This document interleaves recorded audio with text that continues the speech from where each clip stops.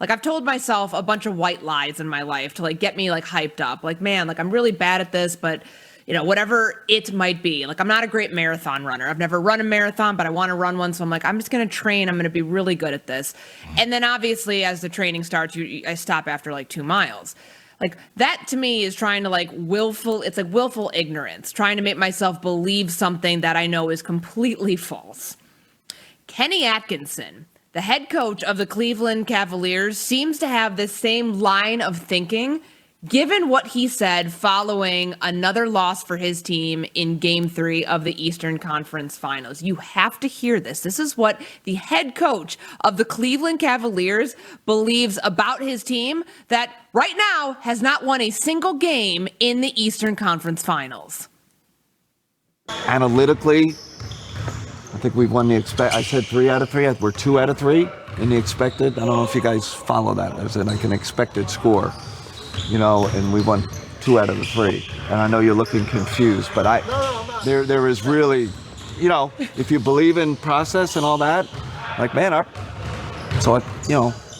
take that layer. I know I don't throw that on them. I see it for myself. Man, we have this feeling. I have this feeling. Then I can go to our analytical table and be like, man, we are. You know, and I think last night it was the expected score was like 1 point or 2. Us shooting way below expected, them shooting way over.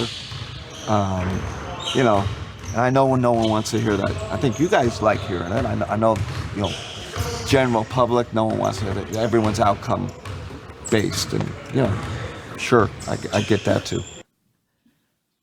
What the hell did we just hear? Oh, no.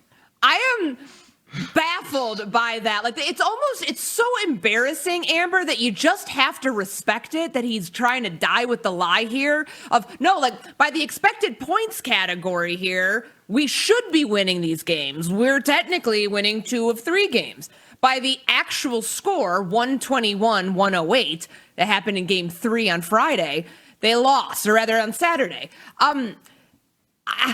I gotta give Kenny Atkinson some credit here, Amber, but goodness, to not live in reality when your team's about to get bounced from this thing is just truly an act of willful ignorance that I don't think we've seen before in sports. My favorite part is when he says to the reporters, "You look confused." And then you hear kind of meekly a reporter in the background, no, you know, like, keep going. You know, but it's like, yes, of course we look confused. Kenny Atkinson, what the heck are you talking about? Obviously we're confused. They're coming off of a Game 3, Myron, where they shot 29% from 3. They were 12 for 19 from the free throw line. They were terrible there in Game 3. And so I don't know if all of his analytics are coming from Game 1 before the 22-point collapse when they were up. Maybe that's where he's taking all of his analytics from. But since that moment, since that collapse, it has not been pretty. In fairness to the Cavs, this New York Knicks team has been absolutely dominant over the last 10 games. I mean, historically dominant. They've been outscoring opponents by a whopping 225 points. That is the best margin by any team in a 10-game span in the regular season or playoffs in NBA history. This New York Knicks team has been in the postseason right now like nothing we've seen. You can make the argument. And unfortunately, regardless of Kenny Atkinson's analytics, Myron, that's not going well for the Cleveland Cavaliers in the win-loss column, which is really the only analytic that matters. Well, I'd like you all to know, according to the analytics, my expected height is 6'3". So, you know, we're just going by the analytics. It doesn't make sense. Like, I don't know why he's still talking. He needs someone like, you know, you see those red carpets and a celebrity will be doing an interview and they say something that crosses the line and some PR person will be like, okay, interview's over. Mm-hmm. That's what Kenny Atkinson needs. He needs someone sitting next to him so he doesn't say things like this in the middle of an 0-3 deficit. I think for me, forget about the Cavs. I don't think he's going to be there, right, if this continues. How do you get another job? Like, who would want to hire you beyond this when you're saying things like this about a team in an 0-3 deficit? He should stop talking. So Amber, I get your point. Like, so Game 1, they have that 22-point lead, 7 minutes to go. They're in control of the game, and then they just absolutely collapse. I think the logic he's trying to express upon us is like, look, if you would have stopped the game right there, we would have won.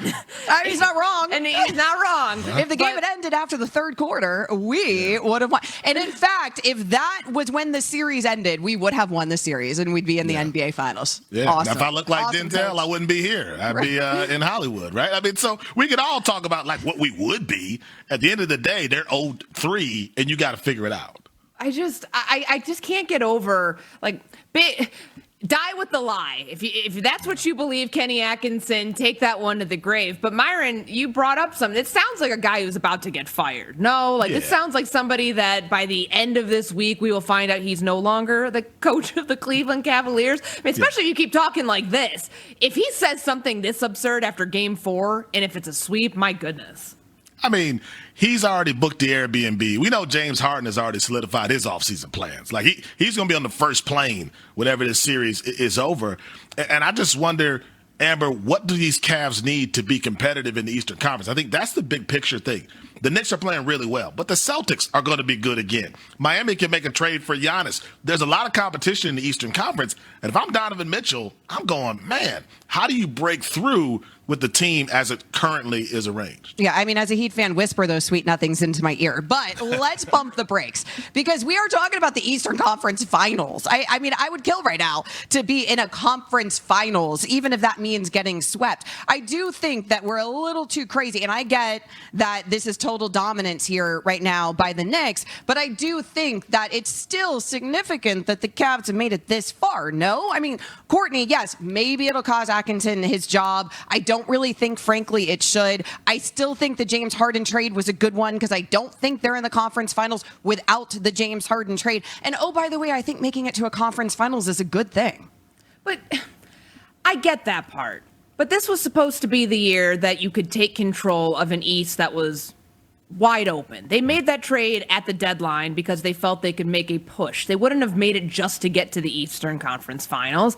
And it's not enough because they're on the cusp of being eliminated tonight. Maybe it goes 5, maybe it's a gentleman's sweep, and we're talking about a different story later in the week. But it's still the same story all the way around that this Cavs team just was not built to contend with a Knicks team that's playing better basketball right now than anybody else in the East. Obviously, that's the reason they're up 3-0 in this series and potentially going to close out tonight. But, like, isn't that kind of like defeating the point? Like, good but not good enough? Like, yeah, you made it to an Eastern Conference Finals. This was a team, remember, that had been searching for this. They had been searching for this for years after embarrassing early round exits like last year and then the years before that. So I don't think you can look at that and say that that's a consolation prize. Like, to me, this is still a failure of a season when you've had games where, again, expected points added, all these other stats that he wants to bring up. You still were up 22 points with 7 minutes to go in Game 1 and had one of the most epic collapses that we've ever seen in the playoffs. How can that possibly be acceptable when you were right there? You had a double-digit lead, a significant one, and then you lose it. Like, I can't subscribe to that, Myron. I mean, you beat the number 1 seed, right? And then you're up 22 in Game 1. And it's been nothing but a collapse. I think, Amber, the challenge is the Cavs outside of that situation when they were up in Game 1 just haven't been competitive. I think that's why you have to be concerned if you're the front office with the Cavaliers.